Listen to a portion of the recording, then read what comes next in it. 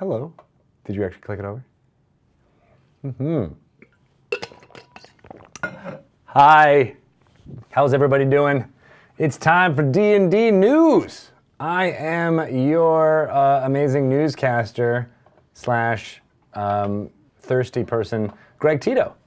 I'm here to save the day. It has been a busy day for me, so I am flying by the seat of my pants, but I do have lots of fun Dungeons & Dragons stuff to tell you about. Of course, we had a few, I might have say, 3 or 4 weeks ago, I didn't have a lot of new stuff to throw at you, but it feels like today we got tons of new stuff, so I can't wait to give you the lowdown on everything that's happening as we get ready for Dice Camera action starting at 4 p.m. Pacific time. That is very soon. I don't know what's going to happen. Chris did some shenanigans. We finally got to hear Simon talk, but now here it is, and poor Eveline may not be with us any longer, at least in the way she is. She's been torn apart. She's died. She's in the soulmonger, eaten by the atropal, but then becomes a sun and destroys the soulmonger, so that's good. But what's going to happen next? I don't know. It's going to be crazy. So again, that's happening in just a few minutes. I'm here to kind of distract you and make you sure you're okay. So let me know if you are okay. It's good to see you, Mighty Gwyn.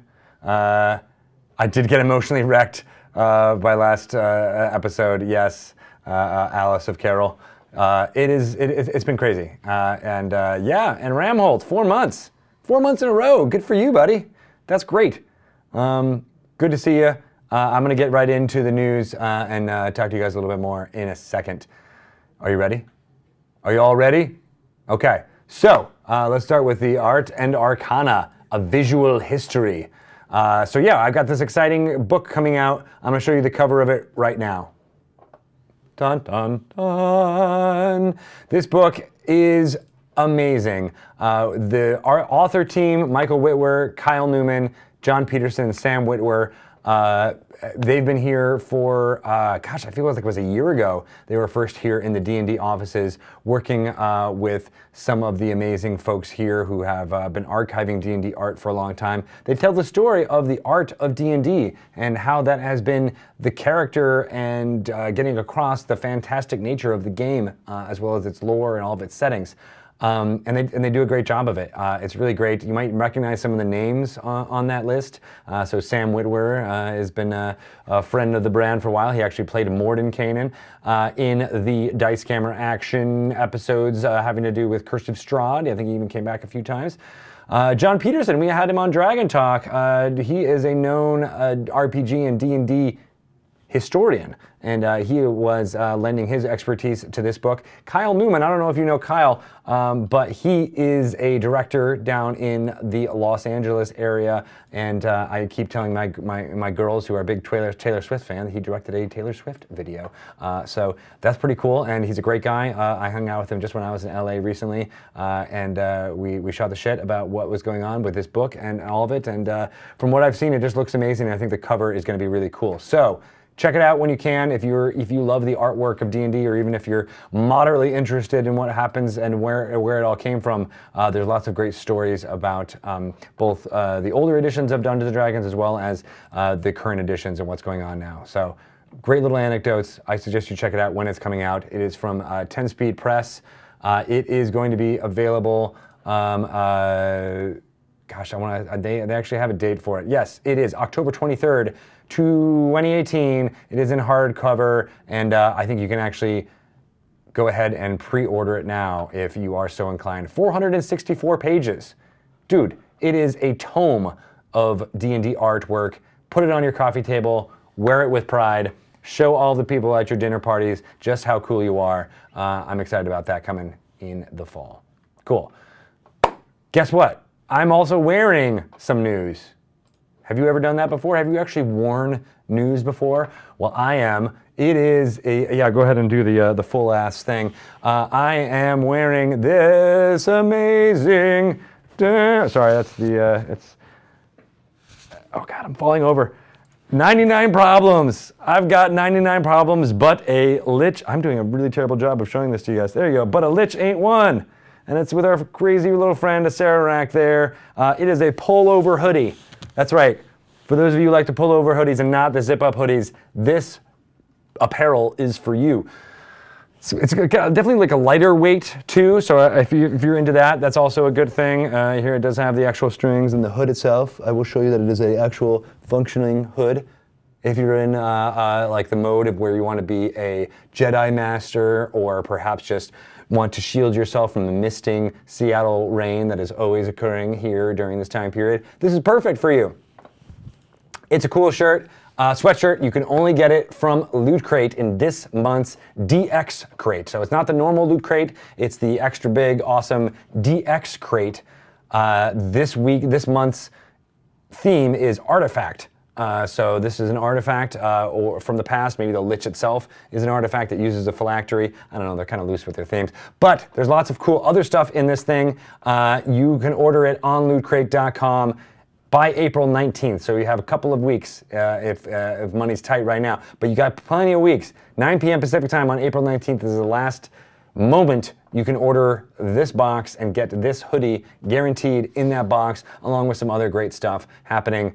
Go ahead and do that if you're interested. It seems pretty cool. If you don't want to wait for a monthly crate to be delivered to you, you can also get this here hoodie, which is what you're saying. What does this have to do with Dungeons and Dragons? It seems like a paint splatter type thing going on. Did we hire Jackson Pollock to do our interior design? Is this in living color? No, but it does in fact also have a lich on the back of it. I don't even know what song that was, but it seems like that's what a lich would dance to when he had those spray paint backgrounds going on there. I couldn't put on 2 hoodies, but maybe next week I will put on 2 hoodies and I'll take one off dramatically. That's actually a great idea. I think I should do that, and then I'll just keep going down and down and down, wearing all of the Dungeons & Dragons apparel we currently have available to us. There is at least some D&D insignia in the front with the ampersand right there. It does have a nice handy yellow pouch for you to keep all of your stuff in. Very cool. It's available on ThinkGeek right now. The link will be forthcoming if it hasn't. Yes, Obo Crazy has it already. Thank you for that. It's got a pink. No, I'm sorry. That's the other thing that's on ThinkGeek. So I modeled this last time, but let me show up an image of that. You can get this T-shirt. This is a pink on purple T-shirt. Also seems to be a little bit retro, maybe a crazy retro future thing. They might be trying to cash in on some Ready Player One action going on here. But it's a cool design nonetheless. Check it out. It's also available on ThinkGeek if you're more into the T-shirts and or the color scheme that's going on there. We love this so much. Apparel is now available to you. We keep hearing about people having socks, ties, T-shirts available at Target or other places. Let me know. Tweet at me if you see any stuff in the wild, and I will retweet it and let people know where to grab it. There's a bunch of different stores where you can possibly get it in your local malls. For all of you mall rats out there, because I'm one of you. All right. Oh yeah, Keisha, you like it on something that's not a black background. That's right. This is definitely very colorful, for sure. Cool. Good to see.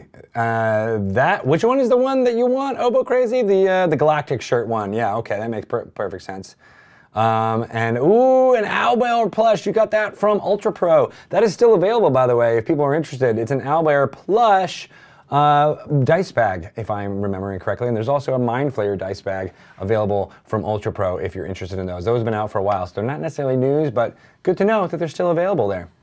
So other fun stuff I wanted to let you guys know. Thank you so much for subscribing to this channel. We have tons of content that we're always throwing at you, including games, this here thing where I'm yelling at the camera at you, Mike Merles' Happy Fun Hour where you get to have him design Dungeons & Dragons in real time, Dungeons and Doodles where you get to see our artists do doodling in real time, which I think is pretty amazing too.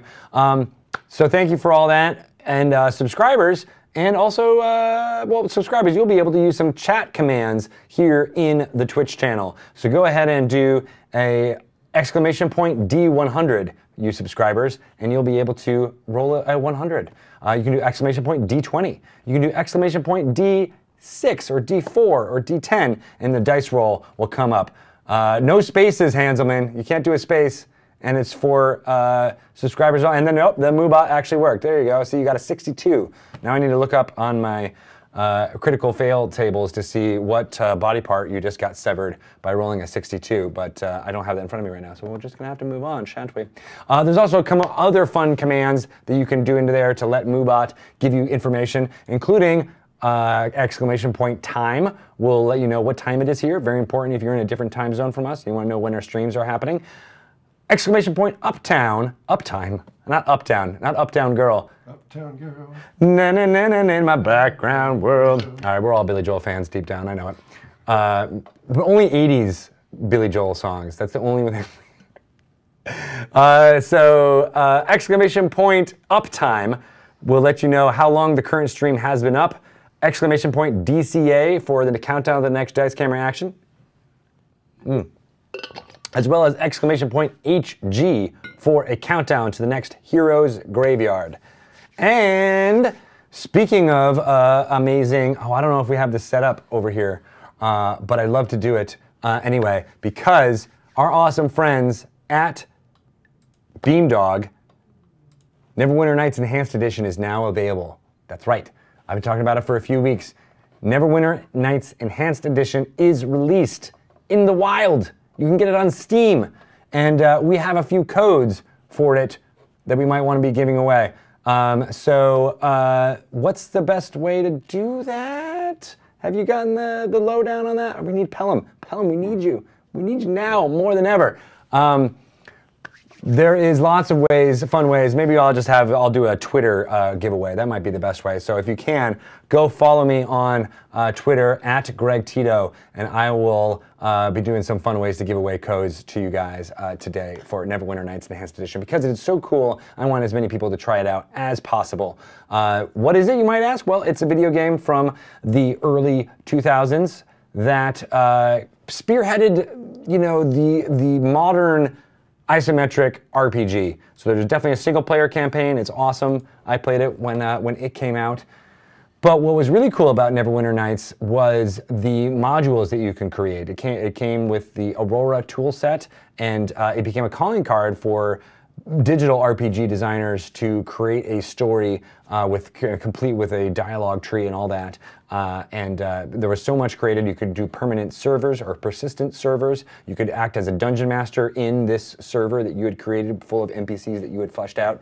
It took some doing, it took some time and effort, but there were also scripts and little bits of modding that you could do to create as close as you could to a living, breathing world, digital world of Dungeons & Dragons using Neverwinter Nights Enhanced Edition. And the coolest thing about this new Enhanced Edition is that all of those old mods, even all of your old save games from that era, will be playable in this Neverwinter Nights Enhanced Edition. So I think that's pretty cool. Go check it out now. It's on Steam, as I said. Join the community who's talking about the new stuff that's available in there. It works with all modern operating systems. It's optimized for modern UI taste. You can always go back to the old UI, however that was, but it's definitely been improved on that regard by the Beamdog team, and I can't wait to try it out myself. Cool. I think that's all I want to do for products. Let's get into some fun news articles that were written this week. So I don't know if you guys saw Mordenkainen's Mayhem last week, but it was pretty mayhemous. Mayhemous?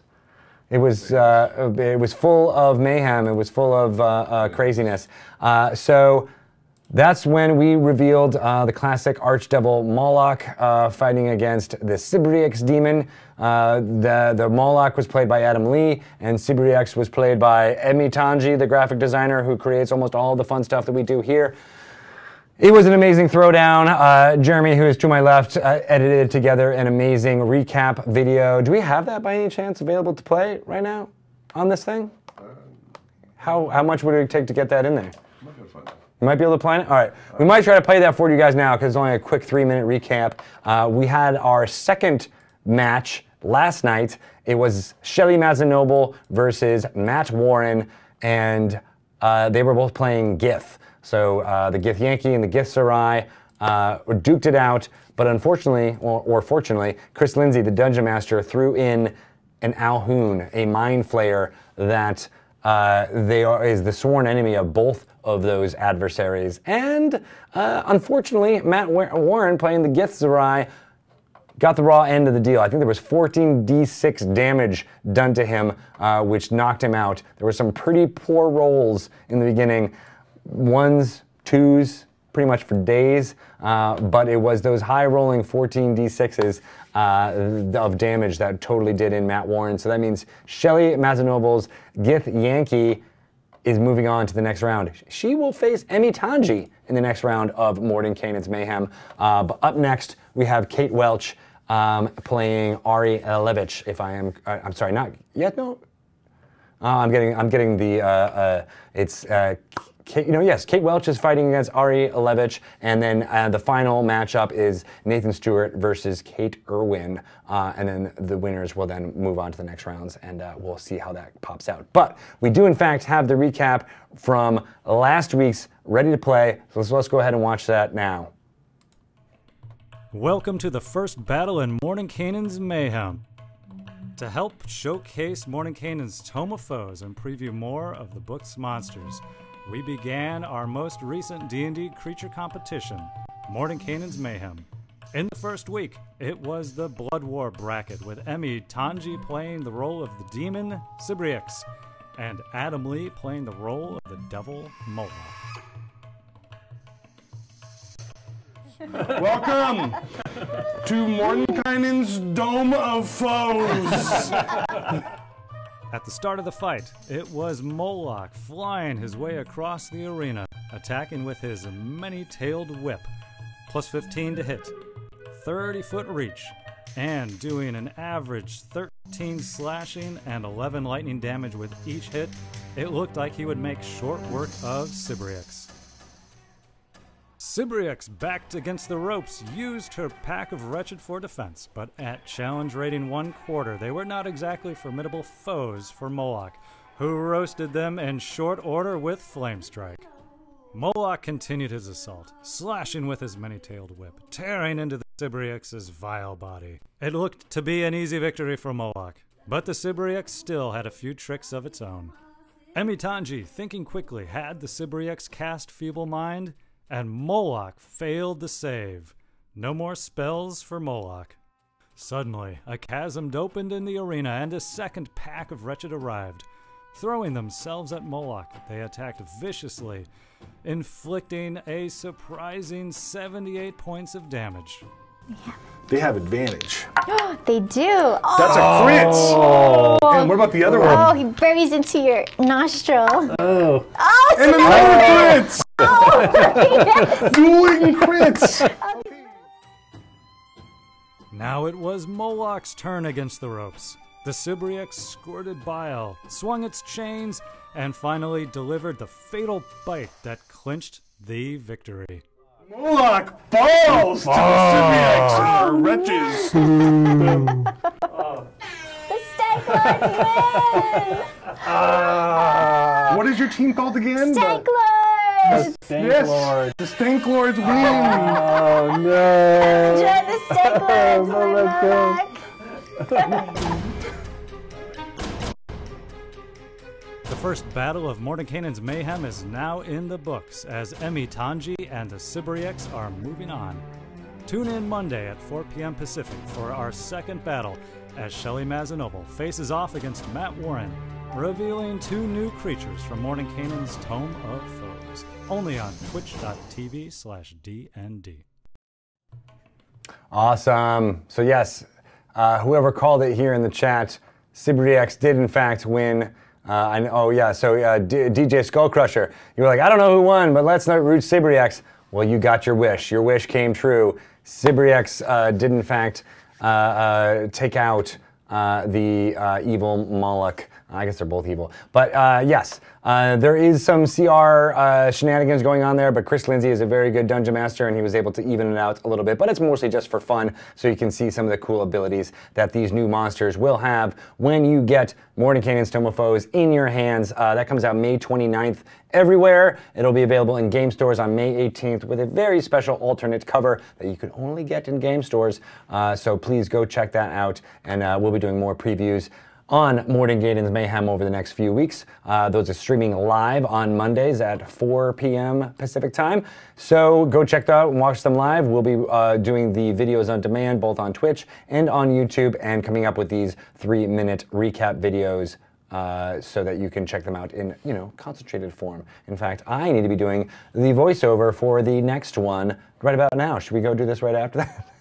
I need to write it first. Dang it. Because Bart Carroll, unfortunately, is going on vacation for the next 3.5 years. So I've got a lot to do. I gotta lighten up the load. All right, cool. But it was really awesome that on comicbook.com, Christian Hoffer gave us a really great recap of what happened in the last one, as well as talking about all the abilities and things that went on there. So thank you to Christian. You can go check out that link to get a write-up of it there on comicbook.com. Also, a really cool article dropped on The Guardian, of all places, about not just D&D, but how role-playing games like D&D can educate through empathy. And I thought this was a really interesting idea because it's something that I've been trying to talk a lot about on the podcast, Dragon Talk, which I host, with Shelley Mazanoble. And the headline itself says something really cool. It says, "Beyond Dungeons & Dragons, can role-play save the world?" And the article goes on to really discuss how the specific benefits of roleplay can change your attitudes about how you look. So there's LARPs described in that article about what it's like to play as someone who is suffering from HIV or AIDS or as a refugee. And that really just tugs on my heartstrings because that's what's so great about role-playing is that you are able to put yourself in someone else's shoes. Most of the time it's an adventurer, someone more stronger or more advanced than you are athletically or intellectually. But it's also interesting to take on possibly negative things, and feel like what it is to walk around like that. And that Guardian article really kind of delves into all of the benefits that role-playing Dungeons & Dragons can be like. Very cool. Finally, CNET wrote this awesome article about an AI that was used to create D&D monsters using a machine learning system. Pretty interesting way to think about it. They created a neural network that was able to transform names into new imaginary monsters. So some of the stuff they came up with sounded really cool and could actually be really interesting D&D monsters if they were to be designed. Things like wolfworm. What's a wolfworm? It's a half worm, half wolf, obviously, or maybe it's just a worm with a wolf's head, or maybe it's just a worm that's got like a little bit of wolf-like qualities. Anyway, lots of fun stuff there. The spectral slug, what's that all about? Jabber won't. Jabber will he? Or Jabber won't he? I don't know. That's the next Pride and Prejudice movie that's coming out. Burgle Star, which that reminds me of like Hitchhiker's Guide to the Galaxy for some reason, like the pan-galactic gargle blaster. And then this last one is very true to Dungeons & Dragons in that it's an unpronounceable name of a monster. Maraganralathe.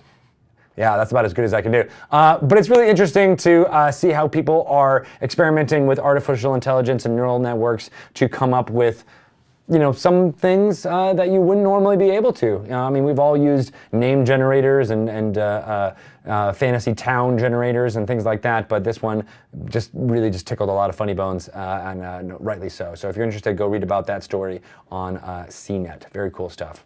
All right, so I've only got a couple more minutes. There's like 5.5 minutes before Chris Perkins is going to come on for Dice Camera Action, episode 87. I can't wait for it. But we got a couple other things I want to tell you about. One of them is really cool, which you might have found out during the last live stream, and that is that Strix, that's right, the character played by Holly Conrad in Dice Camera Action, will be available in Idle Champions of the Forgotten Realms from Codename Entertainment. She's not available quite yet. Next week is the time you will be able to do it. You'll be able to get new familiars, up to 6 different familiars to help with your game. And Holly, if you don't follow her on Twitter already, she's been previewing a lot of fun stuff, animation that the team at Codename has been doing to make this character come to life. So I'm really excited about it. Holly is really excited about it. Everybody here on the DCA team is interested, and we want to see how that character turns out and how people are going to use her in Idle Champions of the Forgotten Realms, which is a great idle clicker game, a totally new and different genre that is just rising up the charts on Steam and everywhere else. It's available on early access right now. Go jump in if you can. I believe it is free to play. So you don't have to jump in with too much. There are some purchases inside the game that you may want to jump into, but it's totally worth it. Monday, I'm going to talk about some streaming now. Monday, we're starting off with Craft Tags with Danny Hartel, as well as Dragon Talk. We talked to Teos Abadia, Claudio Pozas, as well as Dave Walters. Some great interviews there. Those will be coming out on the podcast pretty soon. Today, we're almost all done, but after this, after Dice Camera Action, we will have Sirens of the Realms coming back. That's right, Dungeon Master Satine Phoenix has got a couple new cast members, so it's Vivid Vivka, Kate Elliott, Lady Danger, and Cynthia Marie, with special guest Taliesin Jaffe from Critical Role. They'll be continuing the ongoing saga of the Sirens of the Realms, who is this all-bard band that tours the Forgotten Realms. I think they're pretty interesting, and more will be coming up soon. So, Acquisitions Incorporated, the C-Team, we'll be hosting them tomorrow, Wednesday at 4 p.m. Pacific time, and that was a pretty crazy episode last time. I had Kate Welch give me some of the down low. So Rosie and Walnut's confrontation with the Wood Elf warrior, Nalayan, turned into a psychic trip through time to an ancient battle between the Druids of Walnut's long-lost grove, the Enclave Panix Anima, and Cathris's Drow ancestors in Gwaladirth. Oh, man. So that's really exciting. I'm going to mangle all of these names as we go farther. But I love time travel episodes, and Dungeon Master Jerry Holkins did an awesome job of weaving in the different timelines and things that were going on. You should go check out what's going to happen next. We're hosting that on Wednesday at 4 p.m. Pacific time. Then the Maze Arcana Inkwell Society is coming at 7 p.m. Pacific time. That is Neon Noir set in Eberron. Really great stuff. Dungeon mastered by the inimitable Rudy Rutenberg. And he's got a great cast with Sig Neutron, Satine Phoenix, Kyle Vogt, Dave Walters, Nora Abraham, and Kai Norman. So go check that out. On Thursday at 1 p.m. Pacific time, we are starting with Codename Entertainment's Idol Champions. Their live stream, weekly live stream from 1 to 3 p.m. is going to be amazing. Talking probably about Strix and what it was like to add her into the game. Waffle Talk, we're hosting. That is the recap awesome show by Power Score RPG. We're hosting that from 4 to 5 p.m. on Thursday. If you need somewhere to work out your feelings about what's going to happen in this episode of Dice Camera Action, that is the place to do it. It's the hour right before Holly's show, Trapped in the Birdcage. So on Thursday, if you're gearing up for a Critical Role, that's the best time to kind of jump into listening about what other people thought of the episode that's about to air right now live on this channel on Waffle Talk, and then jump right into Trapped in the Birdcage. They're on their 4th episode there. The group is locked in a room with beds on their name in it and gifts under each bed. By the way, they're not actually good gifts. They're evil gifts. Not evil gifts, G-I-F, but gifts. Gifts with a T. God, that's hard to accentuate. I'm not doing a very good job of that. We'll be hosting Critical Role, of course, on 7 p.m. Pacific time. 10 a.m. is Beandog on Friday. Tales from Candlekeep. Roll20 presents Tomb of Annihilation with the awesome Dungeon Master Adam Coble and his amazing cast. Then on Saturday, Encounter Roleplay, Learn by Play is back and has been badass this whole season. This is on their 6th episode for this season, as well as Heroes Graveyard with Dungeon Master Koibu, who is up for an amazing Twitch Stream On promotion. If you aren't following that, go check it out on his Twitter feed. He is in competition to basically be a premier, a hallowed partner under Twitch's auspices.